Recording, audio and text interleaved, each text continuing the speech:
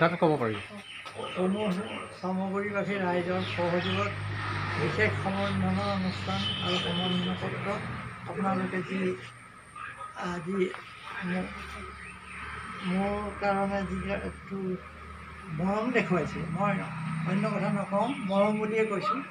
কাৰণ আপোনালোকৰ মৰম নোহোৱা হ'লে আজি আপোনালোকৰ এটা উৎসৱৰ দিনত অন্যৰ ঘৰত আহি তেনেধৰণে সম্বৰ্ধনা জনাব বুলি ভাবিব নোৱাৰি।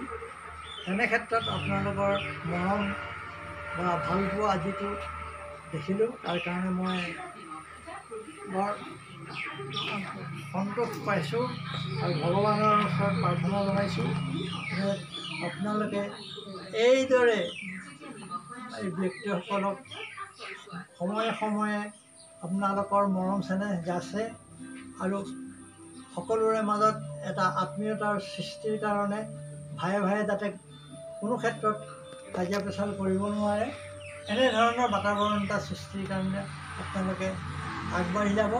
তাকে মই আপোনালোকক ভগৱানে সুমতি দিয়ক, আপোনালোকৰ